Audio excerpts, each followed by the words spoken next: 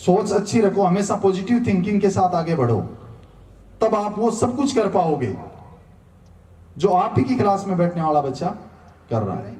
जो व्यक्ति समय रहते समय की कदर कर लेता है, समय एक दिन उसकी भी समाज के सामने कदर करवाता है। और जो समय पे समय की कदर नहीं करता, समय उसका साथ छोड़ देता है। जो मूर्ति यहाँ लगी हुई है, पत्थर से जब मूर्ति बन रही थी तो इसके साथ में और भी बहुत सारे पत्थरों को काम किया गया। कुछ एक दिन उन्होंने मार सही उस दर्द को सहन किया और फिर टूट गए। कुछ ने सफर में आधे चले फिर टूट गए। और जो बहुत अंत तक जिसने हथौड़े और छेनी की मार सही है, उस तपस्या में जो तपा है वो मूर्ति का रूप लिया और उसकी आज पूजा करते हैं। ठीक उसी तरह से आपकी लाइफ है। अभी आपकी लाइफ का जो फेज चल रहा है एजुकेशन का, लर्निंग का, इसमें आप जितना तप करोगे, जितनी तपस्या करोगे, जितनी हथौड़े और छेनी की मार का मतलब ये नहीं है कि आप घर पे जाके घर वालों को कहोगे लाओ एक छेनी लाओ और हथौड़ा लाओ और चालू करो। नहीं, आप में से बहुत सारे स्टूडेंट, अगर आपकी क्लास में 50 स्टूडेंट हैं तो उनमें से 15 स्टूडेंट उन काली रातों में सुबह 4:30 बजे कुछ ना कुछ पढ़ रहे होते हैं और आप ही की क्लास के 35 स्टूडेंट उस समय अच्छी नींद ले रहे होते हैं। अच्छी उनको भी लगती है नींद, लेकिन उन्हें अपने फ्यूचर का पता, अपने भविष्य का पता है। आज आप बहुत आराम से सो रहे हो और वो उन रातों को जगकर पढ़ाई कर रहे हैं, लेकिन आने वाला कल उनका होगा। उस समय आप क्या कहेंगे? नहीं, वो तो पढ़ने में होशियार था, उसकी किस्मत अच्छी है, इतना कह के आप पीछे हट जाएंगे। लेकिन वो बाद में पूरी जिंदगी भर चैन की नींद सोएंगे और आपको आपके परिवार वाले नहीं सोने देंगे अगर आज सोते रहे तो उस तपस्या कर रहे हैं, वो तप कर रहे हैं, वो निश्चित तौर से आगे निकलेंगे। आज आपको नींद अच्छी लगती है, उठा नहीं जाता। आप ही की क्लास में जो टॉपर्स रैंक लाते हैं, जो अच्छे नंबर गेन करते हैं, नींद उन्हें भी अच्छी लगती है ना। किसी शायर ने कहा है कि ख्वाबों के पालने में झुलाकर हकीकत को सुला देती है और चंद घंटे ही सही नींद हर दर्द भुला देती है।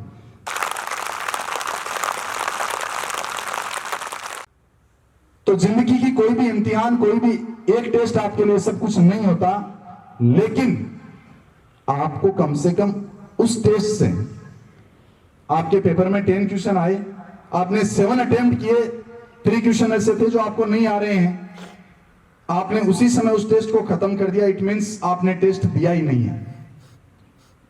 जब तक आपके लगने वाले टेस्ट या एग्जाम जिसमें जो क्वेश्चन आपको नहीं आ रहा था, उस टेस्ट के बाद में अगर अपने आप से ये सौगंध आप खा लेते हैं कि जिंदगी में वापस अगर इस क्वेश्चन से सामना हो गया तो खुद अपना नाम लेके अपने आप से कसम खाना, जिसका जो भी नाम है, किसी बच्चे का नाम विजय है तो वो अपनी छाती पे हाथ ठोक के कहना कि जिंदगी में इस क्वेश्चन से वापस सामना हो गया तो विजय का ये क्वेश्चन कभी गलत नहीं होगा।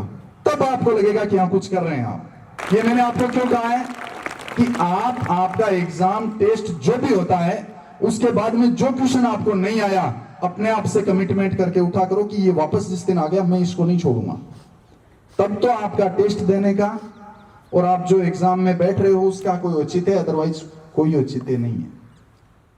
जिंदगी की दौड़ में आप जैसे और हमारे जैसे बहुत लोग हैं, कहां गायब हो जाओगे पता ही नहीं चलेगा। दुनिया केवल उन्हीं को सलाम ठोकती है जो कुछ अच्छा करते हैं। अभी आपके पास वक्त है, समय है, अपने माता पिता के सपनों को पूरा कर सकते हो। आप में वो सारी क्षमता है जो आप ही की क्लास में बैठने वाला बच्चा अगर 20 में से 20 ला रहा है तो आप भी ला सकते हैं। पता आपने कभी किसी चीज को नोटिस किया है कि छोटा बच्चा होता है, बचपन जो नर्सरी, केजी, यूकेजी का या उससे भी छोटा, वो सबका एक जैसा होता है। चाहे उसका जन्म किसी महल में हुआ हो या चाहे उसका जन्म किसी झोपड़ी में हुआ हो, उसके आगे की जिंदगी को उसका जन्म कहां हुआ है ये कभी भी डिसाइड नहीं करती है। लेकिन जवानी जब आती है, युवावस्था जब आती है, वो सबकी अलग अलग होती है। उस बचपन सबका एक जैसा था लेकिन जवानी सबकी एक जैसी नहीं रहती। उस बचपन और जवानी के बीच का जो सफर है ना, उसमें फिर डिसाइड होता है कि किसको कहां जाना है। उसमें आपकी मेहनत का पता चलता है और उसमें एक ही चीज डिसाइड करती है, एजुकेशन और लर्निंग। और उस एजुकेशन और लर्निंग के प्लेटफॉर्म पे वो एज आपकी अभी है, उसमें आपको एक जोन से बाहर आना होगा। हर टाइम हर व्यक्ति, हर स्टूडेंट ये सोचता है जब तक आप, जैसे वो नींद की बात मैं कह रहा था ना, आपको अच्छा लगता है कि ठीक है कौन पढ़ेगा, कौन 5 घंटे देगा, कौन 6 घंटे देगा, आप एक कंफर्ट जोन में रहना चाहते हो। उस कंफर्ट जोन से बाहर निकलो, थोड़ी मेहनत करो। और किसके लिए कर रहे हो? अपने लिए कर रहे हो। आप अपने मम्मी पापा की खुशी के लिए कर रहे हो। उन्हें क्या चाहिए बताओ आप? वो आपके लिए सब कुछ कर सकते हैं। आप आज अच्छी मेहनत करोगे, कल को आपके पास कोई अच्छा जॉब होगा, आप पैसे कमाएंगे।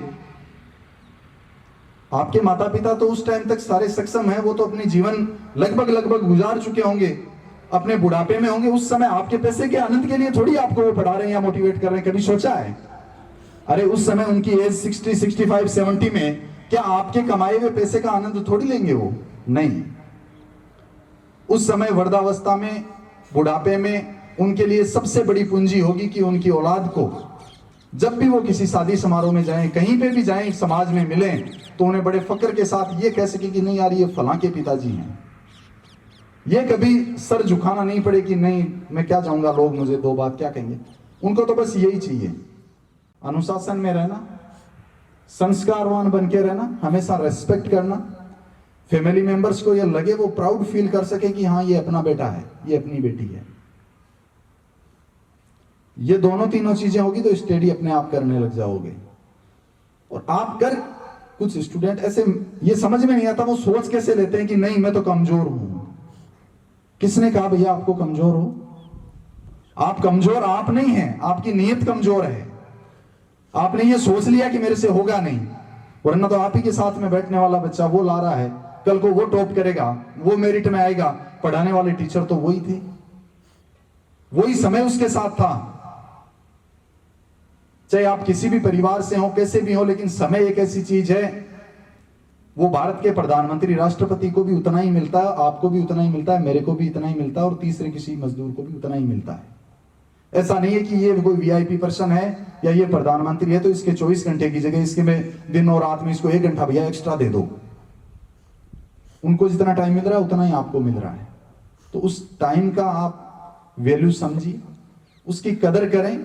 जो व्यक्ति समय रहते समय की कदर कर लेता है, समय एक दिन उसकी भी समाज के सामने कदर करवाता है। और जो समय पे समय की कदर नहीं करता, समय उसका साथ छोड़ देता है। तो इस चीज पे आप ध्यान दें, अच्छी स्टडी करें, मम्मी पापा का नाम रोशन करें,